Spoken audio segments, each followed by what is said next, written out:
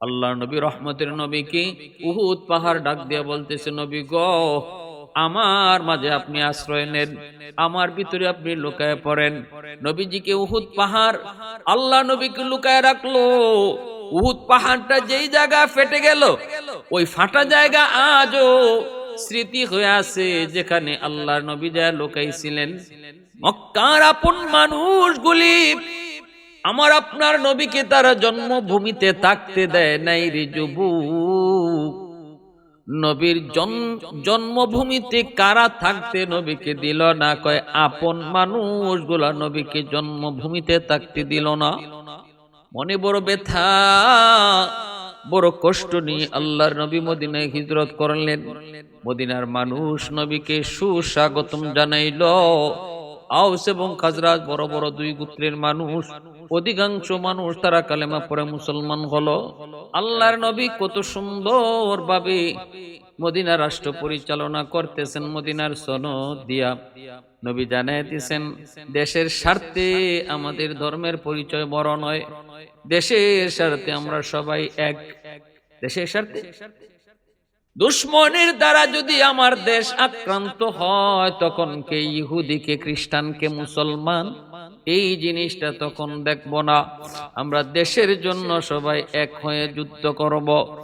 এই মদিনার সনদে এই কথার মধ্যে ইহুদিরাও স্বাক্ষর করেছে, মুসলমানরা তো স্বাক্ষর করেছে, মুসলিম অমুসলিম সবাই এই কথার মধ্যে স্বাক্ষর করেছে।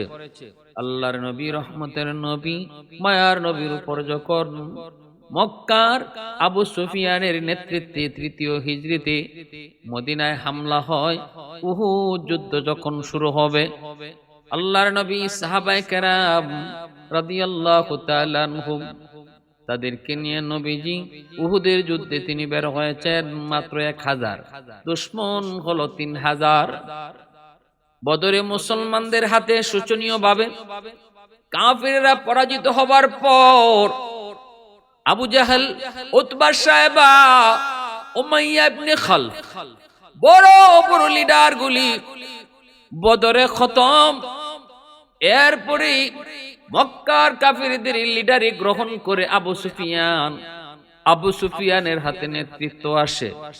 আবু সুফিয়ান সংঘবদ্ধ হন, মক্কার মানুষগুলাকে সংঘবদ্ধ করেন, শক্তিশালী করেন বদরের বদলা নেওয়ার জন্য। উহুদের ময়দানে আবু সুফিয়ানের নেতৃত্বে তারা মদিনায় হামলা করবে। এই আবু সুফিয়ান রাদিয়াল্লাহু তাআলা আনহু, ওনার সম্পর্ক বেশি কিছু বলা যাবে না, যদিও জীবন ভর তিনি ইসলামের দুশমনি করেছেন, নবীর সাথে দুশমনি করেছেন, কিন্তু ফতে মক্কার দিন কালেমা পড়ে মুসলমান হয়ে যাওয়ায় নবী সাহাবী হয়ে গেছেন। এমনকি আল্লাহর নবীর সাথে তার আত্মীয়তার সম্পর্ক আছে।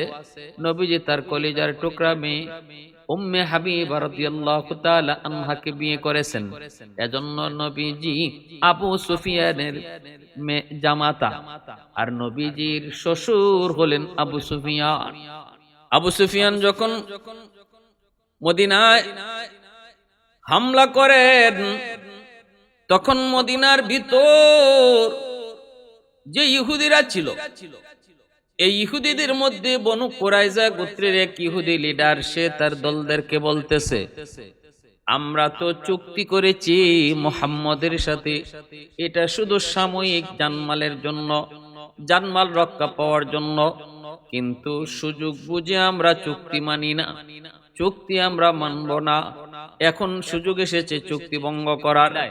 কিন্তু একজন ইহুদি যার নাম হলো ইউসুফ ইবনে নাজ্জার, সে দাঁড়ায় বলতেছে, আপনি ভুল বলতেছেন, এটা আমাদের ধর্মের কথা নয়, আমরা ইহুদি ধর্মের মানুষ, এটা ঠিক, কিন্তু ইহুদি ধর্মে ওয়াদা ভঙ্গ করা এটা ইহুদি ধর্ম সাপোর্ট করে না। আমরা ওয়াদা করেছি, আমরা সন্ধি করেছি, দেশের স্বার্থে আমরা কোন ধর্মের দিকে তাকাবো না, দেশের স্বার্থে আমরা সবাই এক, এই চুক্তিতে আমরা আবদ্ধ হয়েছি। অতএব আমরা ইহুদি আর মুহাম্মদ মুসলমান, সাহাবীরা মুসলমান, এটা আজকে দেখার বিষয় নয় গো। আজ আমাদের দেখার বিষয় হলো আমার দেশ আক্রান্ত, অতএব দেশের স্বার্থে আমরা যুদ্ধ করব। বনু কুরাইজার নেতা ধমক দিয়া বলতেছে, এ ইউসুফ, ভাবসাবে মনে হয় তুমি মুসলমান হয়ে গেছো। কয় না, আমি মুসলমান হই নাই, আমি ইহুদি। কয় তাহলে তুমি মুসলমানের পক্ষে, মুহাম্মদের পক্ষে এত সুন্দর সাফাই গাও কেন? কয় না, আমি সাফাই গাই না, বরং আমি আমার ধর্মের কথা শুনাইতেছি। তুমি যে ধর্ম মানো আমিও সেই ধর্ম মানি, ইহুদি ধর্ম। ইহুদি ধর্মের মধ্যেও রয়েছে না না কারোর সঙ্গে ধোঁকাবাজি করা যাবে না। আজ যদি আমরা মুহাম্মদের সাথে সম্মিলিত যুদ্ধে যদি আমরা দেশের স্বার্থে এক না হই, তাহলে এটা হবে ধোঁকাবাজি। এই অবস্থায় নেতা তারে আরো ধমক দিল। নেতার সাথে আরো কয়েকজনে তারা ধমক দিয়ে বলল, মিয়া চুপ থাকো, এত কথা কয় না। ইউসুফ ইবনে নাজ্জার আওয়াজ দেয়া কয় না, আমি তোমাদের সাথে নাই, আমি আমার ধর্মের কথা তোমাদেরকে শোনাইলাম, কেউ মানলে মানো, না মানলে নাই। আমি চললাম মদিনা, আমার দেশ, দেশের স্বার্থে আমি মুসলমানদের পক্ষ হয়ে আজকে লড়ব। এই বইলা ইউসুফ ইবনে নাজ্জার সে নিজে উহুদ যুদ্ধে শরীক হয়ে গেল। উহুদ যুদ্ধে শরীক হলো। আল্লাহ নবী, রহমতের নবী, মায়ার নবী সরাসরি ওই যুদ্ধে তিনি অংশগ্রহণ করেছেন। ইসলাম ইতিহাসে কি অত্যন্ত, ইসলামের ইতিহাসে অত্যন্ত হৃদয় বিদারক একটা যুদ্ধের নাম হলো উহুদ যুদ্ধ। আজও উহুদ পাহাড় সেই যুদ্ধের স্মৃতি হয়ে দাঁড়িয়ে আছে। যারা মদিনায় যায় তারা উহুদ পাহাড় দেখে আসে। উহুদ পাহাড়, এই উহুদ পাহাড়, নবী বলতেছেন আমি উহুদ পাহাড়কে ভালোবাসি, উহুদও আমাকে ভালোবাসে। আল্লাহর নবী, রহমতের নবী 50 জন তীরন্দাজ বাহিনীকে একটা জায়গার মধ্যে দাঁড় করায় বলতেছেন, তোমরা এই জায়গা থেকে লড়বা না, আমরা যুদ্ধ করব, জয়ী হই আর পরাজিত হই, তোমরা এখানে থাকবা, কারণ এই দিক থেকে আবার দুশমন পিছনে হামলা করার সুযোগ রয়েছে। অতএব এই গিরিপথ তোমরা কখনো ছাড়বা না। এই গিরিপথে 50 জন তীরন্দাজকে নবী রেখে দিয়েছেন। যুদ্ধ শুরু হলো, প্রচন্ড বেগে যুদ্ধ শুরু হলো। মুসলমানদের সামনে ওরা টিকতে পারে না। ইউসুফ ইবনে নাজ্জার সেও যুদ্ধ চালাচ্ছে, মুসলমানদের পক্ষে সে যুদ্ধ করতেছে, অথচ সে একজন ইহুদি, যুদ্ধ চালায় যাইতেছে। দুশমনের কল্লা কাটা হলো, সবগুলি দুশমন তারা পরাজিত হইতেছে, দুশমন ভাগতেছে, কচু কাটা হলাক করা হলো। মাত্র 1000 সৈন্য লইয়া, তার মধ্যে আবার নবীজির 1000 থেকে 300 জন মুনাফিক চলে গেছিল, রইছিল মাত্র 700 জন। 700 জন মুজাহিদ লইয়া আল্লাহর নবী 3000-এর সাথে যুদ্ধ করলেন। 3000 দুশমন ভাগতেছে। আবু সুফিয়ানের নেতৃত্ব এখানেই প্রায় খতম হওয়ার পথে। ওই দিনও আবু সুফিয়ান তিনি টেনশনে পড়ছিলেন, এটা কেমন এক বাহিনী গো, আসলাম 3000 লইয়া, কিন্তু পারি না 700-র সামনেও। অতএব মনে হয় ইসলাম ধর্ম সত্য, মনে হয় মুহাম্মদ আল্লাহর রসুল, এমন কিছু কিছু মনের ভাব আবু সুফিয়ানের তখনই তৈরি হয়েছিল। হেদায়েতের নূর তার অন্তরে আস্তে আস্তে বীজের দানা বুনতেছিল। আল্লাহর নবী, সাহাবায়ে কেরাম হামলা করেন, দুশমন টিকতে পারে না, সবগুলি দুশমন ছড়ায় ছিটায় ভাগতেছে। এই অবস্থায় ভাগতে লাগলো। এমনকি তারা তাদের তাবু পর্যন্ত ছেড়ে তারা ভাগতেছে। তখন তাবুর ভিতরে যে সামান ছিল, গনিমতের মাল ছিল, ওই গনিমতের মাল মুসলমানরা ঢুকানো শুরু করলেন। 50 জন তীরন্দাজ গিরিপথে যারা ছিল তারা তাকায় দেখে মুসলমানরা গনিমতের মাল খুঁজতেছে আর দুশমন ভাগতেছে।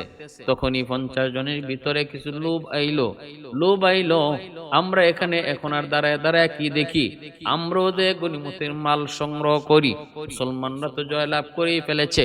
নবীজি বলছেন যতক্ষণ আমরা বিজয়ী না হই। কিন্তু সেনাপতি আমির যিনি ছিলেন তিনি বলতেছেন, না, সাবধান, আল্লাহ নবী কথা কখনো বলেন নাই আমরা বিজয় হওয়ার আগ পর্যন্ত তোমরা থাকবা। নবী বলেছেন আমরা জয় লাভ করি আর পরাজিত হই, তোমরা এই জায়গা কখনো ছাড়বা না।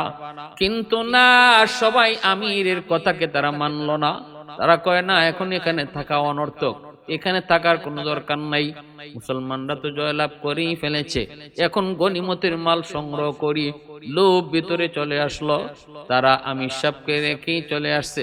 আমির সাহেবের সাথে রয়েছে মাত্র আরো 7 জন না 8 জন, 10 জনের মতো লোক তারা বাকি রয়েছেন। বাকি 40 জন তারা গিরিপথ ছেড়ে চলে এসেছে। এইদিকে আবু সুফিয়ানের নেতৃত্বে যারা এসেছিল যুদ্ধ করতে, পরাজিত হয়ে তারা যখন ভাগে ভাগে, ওই বাহিনীতে খালিদ বিন ওয়ালিদ, পরবর্তীতে যিনি মুসলমান হয়েছেন উপাধি হয়েছে সাইফুল্লাহ, উহুদের যুদ্ধে তিনি ছিলেন মুসলমানদের বিরুদ্ধে, আল্লাহ নবীর বিপক্ষে।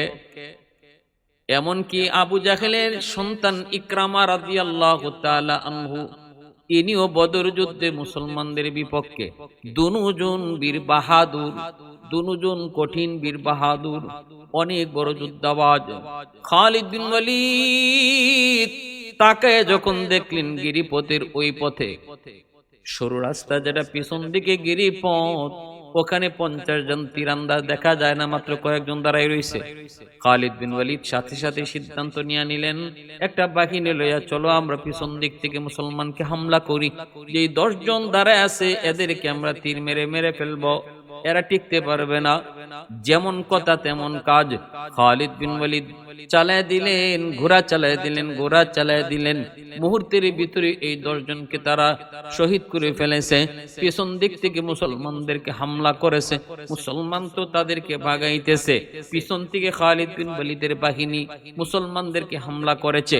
যেই মাত্র পিছনের সামনে দুদিকে দুশমন, মাঝখানে মুসলমান, অবস্থা বড় বেগতিক। যারা ভাগতেছিল দুশমন, এরাও আবার রুখে দাঁড়াইছে, এরাও আবার রুখে দাঁড়াইছে। মাঝখানে মুসলমান কচুকাটা খাওয়া শুরু হলো, কে কারে মারতেছে খবর নাই। ওই অবস্থাটাতেও ইউসুফ ইবনে নাজ্জার ইহুদি হইয়াও ওই অবস্থায় অনেক মুসলমানরাও এই জান বাঁচায় পালাইছে।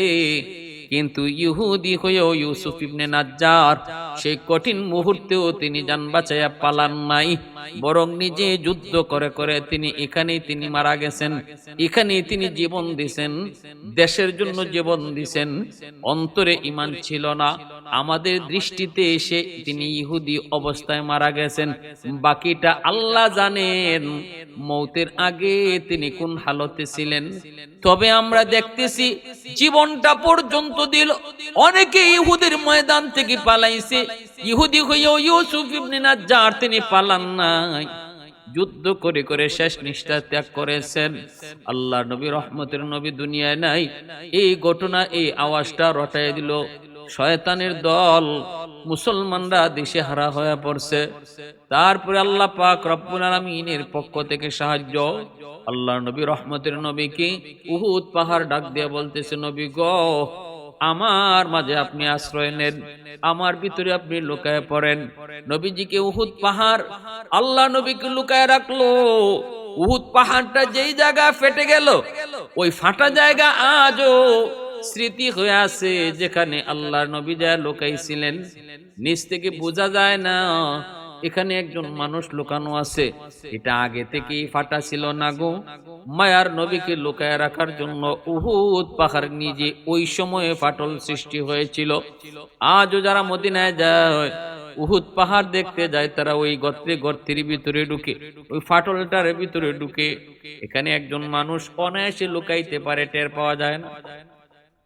কতজন সাহাবী শহীদ হলেন, নবীর কলিজার টুকরা চাচা আমির হামজা রাদিয়াল্লাহু তাআলা আনহু, ইনিও উহুদের ময়দানে শহীদ হন, উহুদের ময়দানে শহীদ হন, উহুদের ময়দানে শহীদ হন।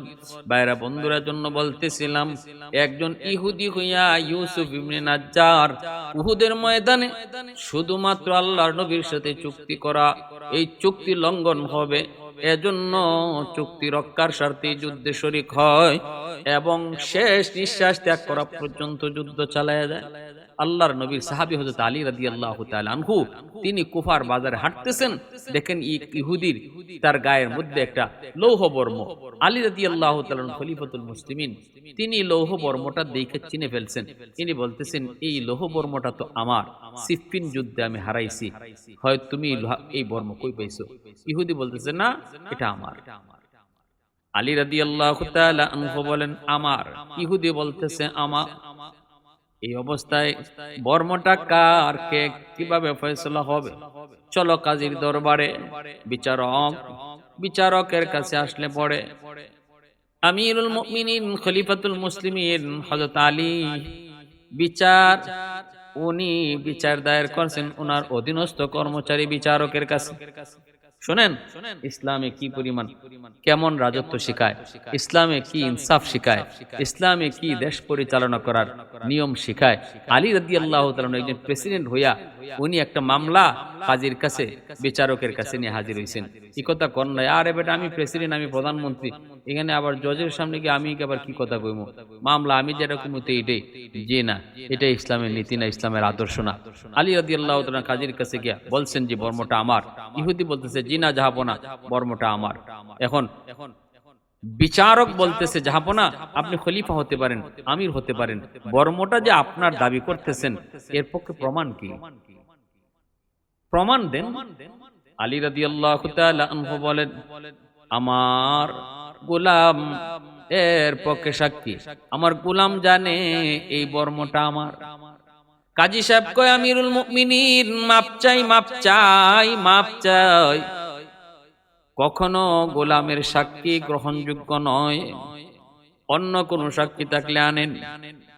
আলী রাদিয়াল্লাহু তাআলা আনহু বলেন, এই বর্মটা যে আমার, এর পক্ষে সাক্ষী হলো আমার সন্তান হাসান হুসাইন। কাজী সাহেব কয়, অসম্ভব জাহাপনা, ইসলামের রোল সন্তান বাবার পক্ষে কখনো সাক্ষী হতে পারে না, অন্য কেউ সাক্ষী আনেন। আলী বলেন, আর কোন সাক্ষী আমার নাই। সাথে সাথে কাজী সাহেব কয়, আর কোন সাক্ষী যদি আপনি আনতে না পারেন তাহলে এই বর্মের দাবি আপনি করতে পারেন না, এই বর্মটা যার গায়ে আছে তার, অতএব আপনি বর্মের দাবি ছেড়ে দেন, এই দাবি আর করবেন না। আলী রাদিয়াল্লাহু তাআলা আনহু সহজভাবে বিচারকের রায় মেনে নিলেন। বের হয়ে যাবেন, এমনি ইহুদি ডাক দিয়া কয়, আমিরুল মুমিনিন খলিফাতুল মুসলিমিন, ও আলী যেও না, দাঁড়াও, হাউজের মানুষগুলা দাঁড়াও, বিচারক কাজী সাহেব আপনিও দাঁড়ান, বিচারের রায় শেষ দিয়েন না, দ্বিতীয় আর একটা রায় দেন। কয়, কি হয়েছে একটু কও? কয়, শোনেন, আজ আমি পরিষ্কার সঠিক কথাটা বলতেছি, আমি সঠিক কথা বলতেছি, সত্য কথাটা তোমাদেরকে আপনাদেরকে জানাইতেছি। এই বর্মটা আমার নয়, এই বর্মটা আলীর, এই বর্মটা আমিরের, এই বর্মটা খলিফার, এটা ঠিক, এটা আমার না। আজ যদি আলী শত চেষ্টা করলো আমাকে এই কথা কখনো বলাইতে পারতো না, এই সত্য কথা আমি কখনো বলতাম না, পৃথিবীর কোন শক্তি ছিল না আমাকে এই সত্য কথা বলাইতে পারে, কিন্তু আমি আজকে এই সত্য কথা বলতে বাধ্য হয়েছি। একজন খলিফার আমানতদারি, একজন খলিফার মহৎ গুণ, আদর্শ গুণাবলী দেইখা মুগ্ধ হইয়া আমি সত্য কথা বলতে বাধ্য হয়েছি। আজকে আমির হইয়া, খলিফা হইয়া তিনি যদি আজকে রায় দিতেন, ইনি যা কইতেন তাই হইতো। আজ আমাকে উনাকে দলিল আর সাক্ষী উনার আনার কোনো দরকার ছিল না, ইনি বললেই হইতো বর্মটা আমার, আমাকে দিয়ে দাও। আমার বাপেরও ক্ষমতা ছিল না এই বর্ম ধইরা রাখার, এটা উনাকে দিয়ে দিতে হতো, কারণ পাওয়ার উনার হাতে, ক্ষমতা উনার হাতে। কিন্তু আজকে নিজে তার ক্ষমতার অপব্যবহার করেন নাই, নিজের ক্ষমতা নিজে দেখার নাই, আইনকে শ্রদ্ধা করেছেন। উনার এই মহৎ গুণাবলী দেখে আমি সত্য কথা বলতে বাধ্য হয়েছি। এই বর্মটা আমার নয়, এই বর্মটা আলীর। আর এই মুহূর্তে আমি হাউজের সামনে সবার উপস্থিতিতে আজ আমি সত্য ধর্ম, ইসলাম ধর্ম, কালেমা গ্রহণ করে মুসলমান হয়ে গেলাম। हैदार तेरा नाम से इस्लाम रहेगा, हैदार तेरा नाम से इस्लाम रहेगा, दुनिया की शजाअत में तेरा नाम रहेगा, दुनिया की शजाअत में तेरा नाम रहेगा, मुआविया तेरा नाम से इस्लाम रहेगा, दुनिया की सियासत में तेरा नाम रहेगा, दुनिया की सियासत में तेरा नाम रहेगा।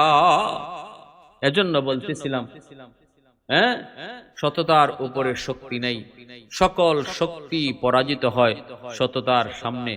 পাওয়ার চিরদিন থাকে না, ক্ষমতা চিরদিন থাকে না, কিন্তু সততার পাওয়ার চিরকাল থাকে, সততার পাওয়ার চিরকাল থাকে। এজন্য কখনো ক্ষমতার অপব্যবহার না করি, ক্ষমতার অপব্যবহার না করি, পাওয়ার না দেখাই, বরং মানুষকে জয় করি মন দিয়ে, দিল দিয়া, ভালোবাসা দিয়া। ভালোবাসা দিয়া যে জিনিস পাওয়া যায়, ক্ষমতা দিয়া সেটা পাওয়া যায় না। ক্ষমতা দিয়া যেটা পাওয়া যায় এটা বেশি দিন টিকে না, আর ভালোবাসা দিয়া যা পাওয়া যায় এটা চিরকাল থাকে। আল্লাহ আমাদেরকে বুঝদান করুন, আমিন।